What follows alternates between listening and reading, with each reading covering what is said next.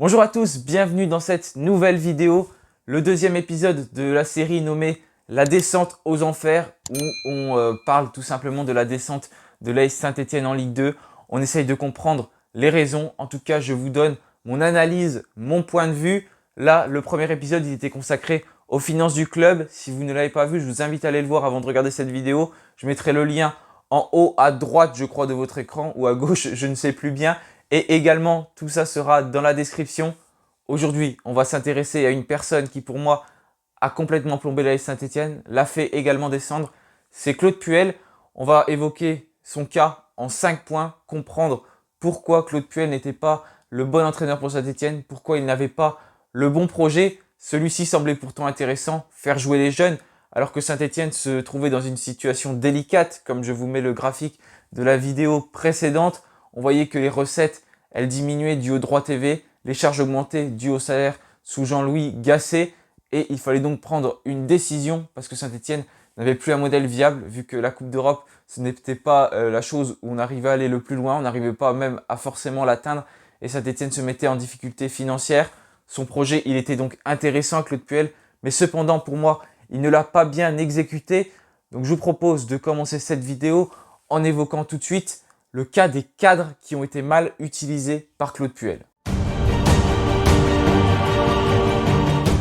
Et oui, Claude Puel a mal utilisé ses cadres. Pourquoi? Parce que dès son arrivée, il a commencé à les mettre au placard. Il avait déjà son idée de faire jouer les jeunes. Et ce qui est assez paradoxal pour son premier match à la tête de l'AS Saint-Etienne lors du derby contre Lyon, c'est que les deux joueurs qui nous ont permis de gagner, c'est tout simplement Riyad Boudbouz qui a centré sur la tête de Robert Beric, qui a marqué. Deux joueurs qui sont devenus ensuite indésirables de Claude Puel et qui pourtant auraient pu être très importants dans son projet. Mais on a vu que directement, son objectif, c'était de faire jouer les jeunes. Donc petit à petit, on a vu disparaître certaines personnes, notamment en fin de saison, avec Loïc Perrin qui est parti en retraite, même si ça montait très fort en puissance derrière, avec Saliba et Fofana. Mais malgré tout, Saliba est parti, on aurait pu prolonger Loïc Perrin. Claude Puel n'a pas voulu faire cela.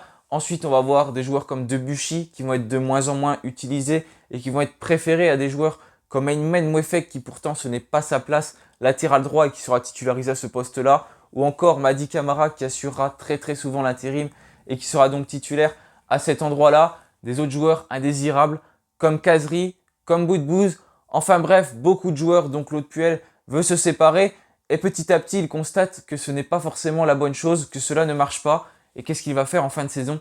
Il va refaire jouer ses joueurs, notamment Riyad Boudbouz en fin d'année 2020 où Saint-Etienne est au plus mal. Le Covid, entre guillemets, nous a sauvés d'une relégation peut-être directement en 2020 en Ligue 2. Et à la 90e minute, je pense que vous en souvenez tous de ce but de Riyad Boudbouz en Coupe de France qui montre une nouvelle fois l'importance de ces cadres alors que Claude Puel voulait mettre son projet en place directement. En fait, il n'y a pas eu de transition entre jeunes et anciens. Tout de suite, la moyenne d'âge de l'effectif a totalement chuté, passant environ à 24, 25 ans, même à peine des fois, alors qu'elle était environ de 28, 30 ans sous Jean-Louis Gasset.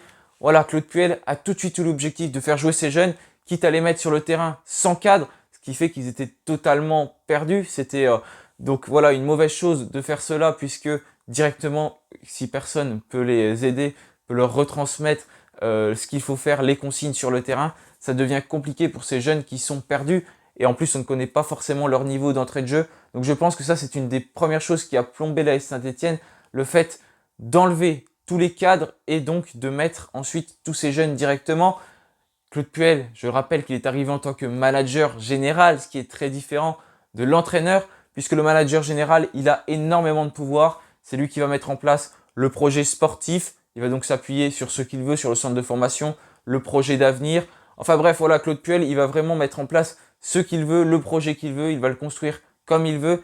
Et le fait d'avoir les pleins pouvoirs, vous allez me dire, bah, c'est une belle chose parce qu'on peut mettre ce qu'on veut en place, on peut vraiment mettre sa philosophie de jeu comme on veut en place. Mais forcément, ça a des bons et des mauvais points puisque un bon entraîneur, il va faire ça très bien et un mauvais entraîneur, il a beaucoup de pouvoir. Donc il va pouvoir mettre tout simplement ce qu'il veut, prendre les décisions qu'il veut. Surtout qu'il est arrivé avec un adjoint, donc Jackie Bonnevé, qui était son entraîneur adjoint et qui est parti à peu près en même temps que lui, quelques jours après. Et il est également arrivé avec un directeur général. Donc pour prendre les décisions, c'est beaucoup plus facile. Avec Xavier Tuilot, donc qui est arrivé juste après lui, en même temps que lui. Et il est d'ailleurs parti quelques mois plus tard, un an environ plus tard, au mois de janvier 2021, où il ne s'entendait plus, notamment avec Roland Romeyer, et il a quitté ses fonctions, ce qui a donné certainement beaucoup moins de pouvoir à Claude Puel et qui a eu plus de mal ensuite à mettre ses idées en place. Donc voilà, pour le premier point de cette vidéo, je voulais évoquer tout simplement les cadres qui sont partis petit à petit, et tout simplement ça nous a plombé. Et bien sûr, il y a également l'affaire Ruffier, où Ruffier n'était plus le gardien de l'AS Saint-Etienne, il est totalement sorti du groupe, ce qui a mis une mauvaise ambiance dans le vestiaire. Bien évidemment, Stéphane Ruffier, on voyait qu'il avait de moins en moins le niveau, mais comment ça s'est passé, ce n'était pas du tout la bonne solution et je pense que ça a complètement plombé le moral des troupes. Donc voilà pour le premier point où on parle de Claude Puel qui a mis les cadres au placard. Maintenant, on va s'intéresser tout simplement au deuxième point. On va parler des jeunes qui, pour moi, ont été mal exploités. Donc, on va maintenant passer au deuxième point de cette vidéo. Et oui, rappelez-vous, Saint-Etienne a gagné la Coupe Gambardella. C'était en avril 2019 au Stade de France. Une victoire face à Toulouse. Et pourtant, parmi ces jeunes de la Coupe Gambardella, combien on a vu en Ligue 1 sous Claude Puel? On a vu Saliba, on a vu Fofana, on a vu Charlaby. Mais je pense qu'il y a quand même beaucoup de jeunes qui ont été oubliés de la part de Claude Puel. Je pense à Baptiste Gabard, je pense à Maxence Rivera, je pense à Saban, à Léry, à Ben Kedim, à Sissoko, à Tyrone Tormin, qui n'ont tous pas forcément intégré le groupe, ou Edmilson Correa. Tous ces joueurs-là qui ont pourtant été très très bons avec les jeunes de l'AS Saint-Etienne, Claude Puel ne leur a jamais laissé leur chance. On voyait toujours les mêmes sur le terrain, ceux qui étaient très bons, hein, Saliba, Fofana et d'autres qui avaient beaucoup plus de mal. Mais pourtant, Claude Puel a toujours insisté avec eux. Je pense notamment voilà, à Charlaby. Donc pour moi, tous ces jeunes-là, ils ont été mal exploités. Beaucoup de contrats pro ont été signés sous Claude Puel, notamment quand il a été arrivé. Mais on ne les a jamais rentabilisés puisque ces joueurs, ils jouent toujours avec la Nationale 3, avec la réserve où ils sont partis, comme Sissoko par exemple. Mais on n'a pas eu vraiment l'occasion de les voir, de les tester. Donc il a voulu mettre un projet où il faisait jouer les jeunes. Mais au final, sur le terrain, je l'ai dit, il y avait trop de jeunes. Donc ça peut paraître paradoxal dans la première partie de la vidéo. Mais en fait, je veux dire qu'il y a trop de jeunes.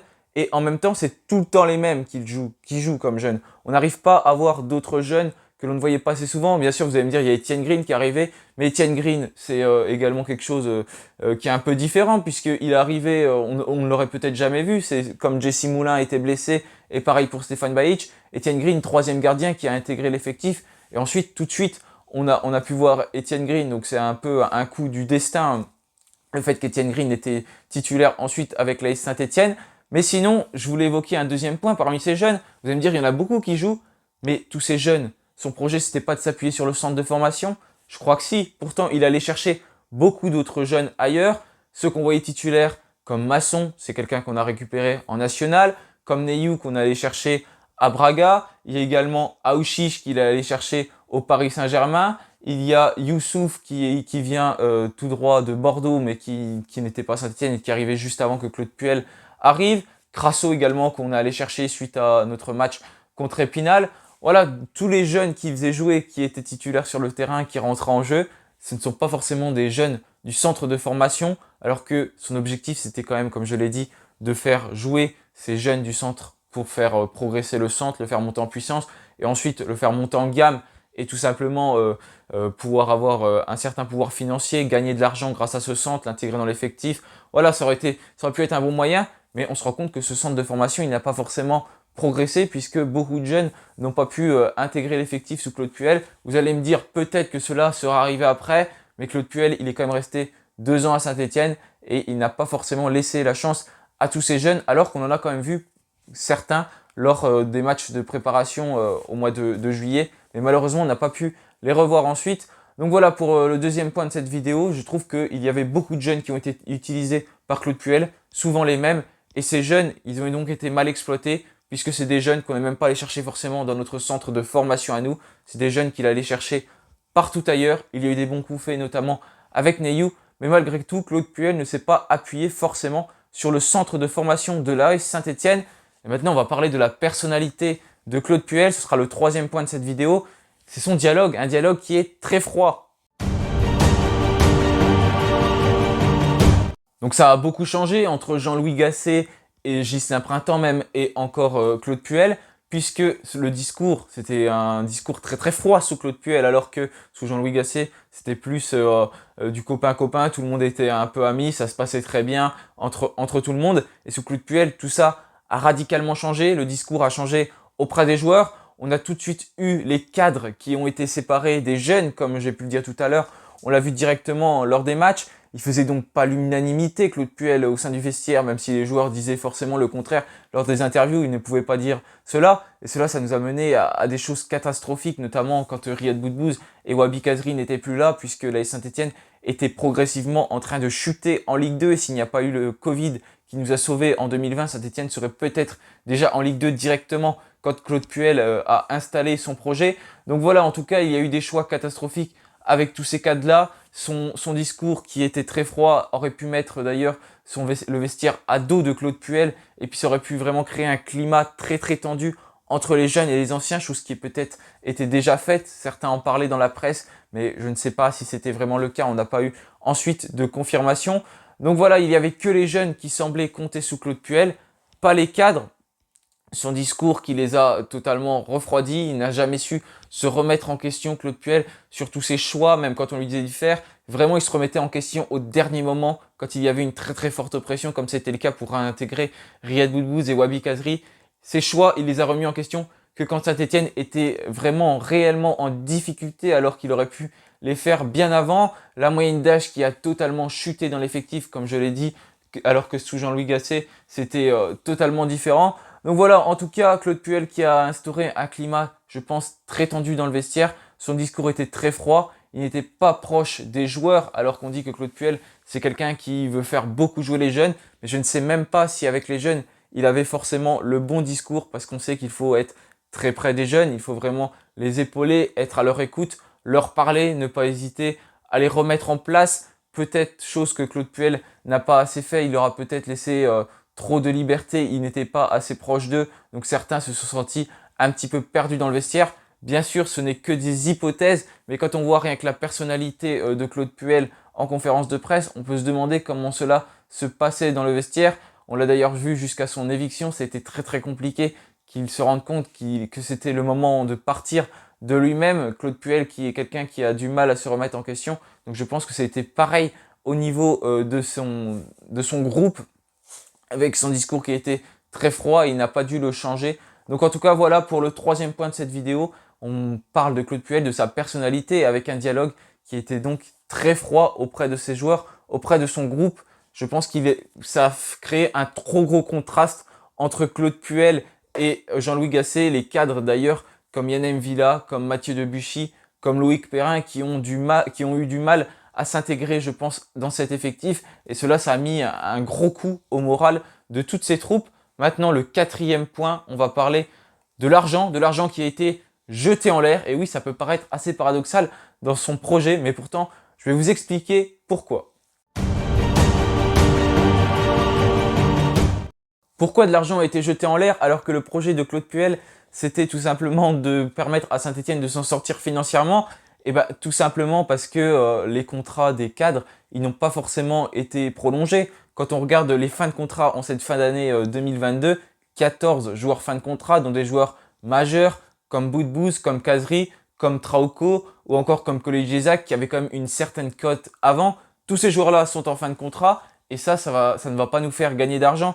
Il voulait s'en séparer de ces cadres, mais il aurait fallu s'en séparer l'année précédente ou alors les prolonger et s'en séparer après. Mais là, ils vont partir librement. Saint-Etienne ne gagnera donc pas d'argent sur ces joueurs. Il y a eu beaucoup de salaires très très importants de payer. Mais pour autant, on ne va pas faire une plus-value quand on va revendre ces joueurs. Là, cette fin de saison, elle va nous faire très très mal avec ces 14 joueurs qui vont partir. Tout comme les joueurs qui sont donc sous contrat actuellement, les jeunes qui sont à Saint-Etienne, mais qui pour le moment ne jouent pas puisque Claude Puel les a fait signer et finalement il ne s'en est pas vraiment servi. Tout ça, c'est des salaires qui sont à payer, même si bien sûr ils ne sont pas extravagants, mais chaque centime compte. Tout l'argent qui est mis dans les salaires compte pour l'avenir du club qui est quand même en difficulté financière, comme j'ai dit dans la dernière vidéo. Mais voilà, il y a eu beaucoup de joueurs qui ont signé pro, beaucoup de joueurs qui sont actuellement en fin de contrat. Je pense que tout ça, ça va nous mettre vraiment dans l'embarras. Et il y a des autres joueurs qui sont déjà partis Yann Villa, il est parti libre. Mathieu Debuchy, il est parti libre. Loïc Perrin, bon, il était en fin de carrière, mais il est parti quand même. Donc le mal a déjà été fait avec beaucoup de joueurs qui sont partis librement sous Claude Puel. Il n'y a pas eu beaucoup de ventes de fait, en tout cas, mis à part Saliba et Fofana, ce qu'il a peut-être quand même sauvé dans son projet. Mais en tout cas, voilà, plutôt que de vendre ses joueurs, Claude Puel, il a attendu qu'ils partent libres. Donc au final, son projet de faire jouer les jeunes pour gagner de l'argent, eh ben, on ne s'y est pas retrouvé puisque tous ces jeunes, tous ces cadres qui auraient pu nous rapporter quand même un peu d'argent, ils sont partis libres, tout comme également Moulin ou encore Ruffier. Et Ruffier, c'est encore pire parce qu'il va nous coûter même de l'argent, peut-être même énormément de l'argent. Il va y avoir son procès, lui qui réclamerait environ 5 millions d'euros suite à son licenciement de l'AS Saint-Etienne. Donc en plus, Stéphane Ruffier qui avait déjà un gros salaire, il va peut-être pouvoir nous recoûter de l'argent derrière avec ces 5 millions d'euros. Et puis tout simplement, il y a également des recrutements. On peut parler de Ramirez. Ramirez qui est arrivé sous Claude Puel, qui ne le désirerait pas et qui n'a jamais joué. Niagnon qui est également arrivé à la fin de Claude Puel. Et c'est pareil, et on a payé un salaire pour rien alors qu'il ne peut pas revenir. Et on parle de la cohérence du projet de Claude Puel. Claude Puel, il est arrivé avec l'objectif de faire gagner de l'argent à Saint-Etienne, de nous remettre dans le droit chemin. Désolé, mais quand on voit déjà son salaire, pour moi, ce projet n'est pas cohérent. Lui qui était payé environ à 230 000 euros par mois, un des plus gros salaires du club, c'est tout simplement énorme. Je rappelle que Pascal Duprat est arrivé payé 30 000 euros. Donc déjà, quand on veut tenir un projet pour moi, où on veut remettre Saint-Etienne dans le droit chemin financier, si on prend un salaire qui est aussi conséquent, ça nous met grandement en difficulté. Et je ne vois même pas la cohérence du projet, tout comme son staff également qui coûte très cher. Et puis son licenciement, parce que Claude Puel, il n'est pas parti pour rien, il n'est pas parti avec 0 euros. Il va falloir le payer. Je sais pas également vraiment combien ça va coûter, mais d'après certains médias, ça va nous coûter environ 3 millions d'euros. C'est quand même énorme comme chiffre selon RMC, puisqu'il y aura environ 500 000 euros par année qui lui restait. Donc il lui restait à peu près 6 mois. Si on fait 6 fois 5, ça fait 3 millions d'euros. C'est ce qui évoque RMC, mais c'est ce qui peut nous coûter cher. Donc déjà, voilà, je ne vois pas forcément la cohérence du projet de Claude Puel quand on peut se permettre de prendre un salaire aussi conséquent et ensuite quand on est viré, en plus, on reprend un autre salaire derrière, on prend des indemnités qui sont tout simplement énormes. Donc voilà pour le cas Claude Puel avec de l'argent qui pour moi a été jeté en l'air. Et le dernier point de cette vidéo, on va parler de la tactique de Claude Puel, une tactique qui était tout simplement mauvaise. Et oui, la tactique employée par Claude Puel, pour moi, elle n'a pas été bonne. Déjà, on a beaucoup de joueurs qui n'ont pas forcément joué à leur poste. Je pense notamment à Mady Camara, à Imane Mouefek, qui ont souvent dépanné au poste de latéral droit, même si on les appelle les couteaux suisses. Ce ne sont pas des vrais latérales droits. Ils ont très bien dépanné, mais pour autant, ils ne peuvent pas, bien sûr, faire les performances de ces joueurs-là, puisqu'ils n'ont pas été formés à ce poste-là. C'était bien évidemment pour dépanner les blessures de Mathieu Debuchy, mais Claude Puel aurait dû penser à autre chose et à recruter quelqu'un de plus expérimenté que ces joueurs-là, ou quelqu'un tout simplement qui joue à ce poste, même s'il est jeune, alors que là, ce n'était pas le cas. Les 15 premières minutes du match, on s'en rappelle tous, Saint-Etienne avait toujours cette tactique de tout donner, de tout envoyer pendant 15 minutes. Au final, on était tellement maladroit devant le but parce qu'on n'avait pas des joueurs qui étaient très bons, hein, Charles Haby, Jean-Philippe Crasso, des joueurs qui ont beaucoup de déchets, même Denis Bouanga qui était de moins en moins bon sous Claude Puel et qui avait énormément de déchets. Et ça nous a coûté cher puisque tout de suite on se faisait contrer derrière et on prenait un but et après on était toujours en train de courir après le score. Dans les 15 premières minutes, souvent Saint-Etienne était déjà mené et quand on court après le score, c'est très dur de remonter de 2 buts, ça nous met un coup à la tête, surtout qu'on a tout donné. Et c'était toujours ce choix-là, ce choix de tout donner dans les premiers instants et ensuite c'était toujours la même chose, on se faisait contrer et Saint-Etienne qui perdait 1-0 d'entrée de jeu.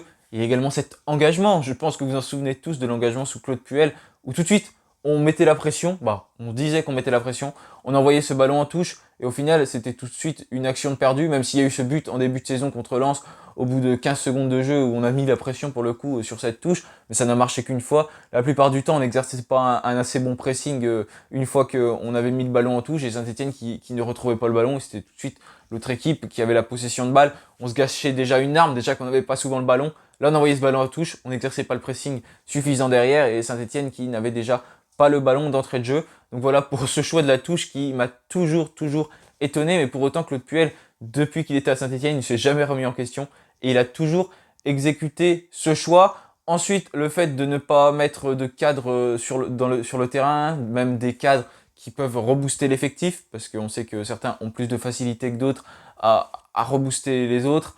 Là, ça n'a pas été le cas. Saint-Etienne, il y avait toujours des joueurs jeunes sur le terrain, des jeunes qui ont montré également leurs limites. On aura l'occasion d'en parler dans la prochaine vidéo. Mais en tout cas, il n'y a jamais eu ce cadre pour haranguer les troupes, pour les rebooster. Quand il y avait Mathieu Debuchy, malheureusement, il était souvent blessé. Ça allait mieux parce que Mathieu Debuchy, il avait un peu cet impact mental. Mais là, petit à petit, il n'y avait que des jeunes. Même Mady Camara, c'est quelqu'un qui était très jeune. Il n'a pas cet impact sur le terrain de mettre la niaque. En tout cas, il n'avait pas encore en 2020. Il l'avait encore moins que maintenant. Et ça, je pense que c'est des choses, des points qui nous ont coûté derrière, puisque il n'y a jamais eu personne pour rebooster l'effectif, notamment quand on perd un 0, ce qui arrivait bien trop souvent. Claude Puel également sur le bord du terrain, qui était totalement en train de crier tout le temps. Il criait. Il faisait passer ses consignes comme ça. C'est pas comme ça qu'on peut faire passer des consignes. Il faut faire passer les choses clairement dans le calme. Et à force de crier, je pense que ça énerve un peu tout le monde. Et ça, c'était pas le bon choix de la part de Claude Puel pour s'exprimer en bord de pelouse. Et puis il y a également des joueurs qui étaient rapidement à bout de souffle tout le temps. Comme je l'ai dit, plus le match avançait, moins on était bon. Et pourquoi? Je pense que la préparation physique, elle n'a pas été bonne. Ça, vous allez me dire, c'est pas la faute de Claude Puel, mais c'est quand même son staff. Et puis c'est lui aussi qui met le projet en place. Je rappelle que c'est le manager général. Et voilà, Saint-Etienne, les joueurs, on voyait, ils étaient très rapidement à bout de souffle. Il y a certainement les fautes de préparateurs physiques. Un peu tout le monde est concerné par cela, peut-être même les joueurs. En tout cas, voilà, on retrouvait souvent des joueurs à bout de souffle à Saint-Etienne. Donc voilà, j'ai évoqué mes 5 points. Bien sûr, il n'y a pas eu que du négatif sous Claude Puel, puisqu'il fallait rétablir un projet pour remettre les finances en place. Comme j'ai dit, pour moi, il a mal été géré, ce projet, en enlevant les cadres et tout simplement en ne les prolongeant pas. Ils partent tous libres.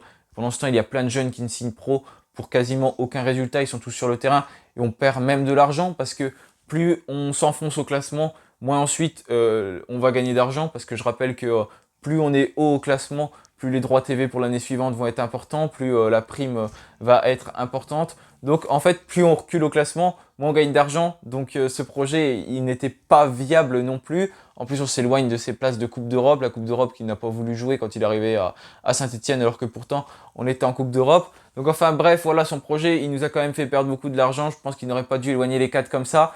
Il y a eu des choses bien, comme je l'ai dit, avec Etienne Green qui est arrivé, mais bon, pour moi, ça c'est un coup du destin.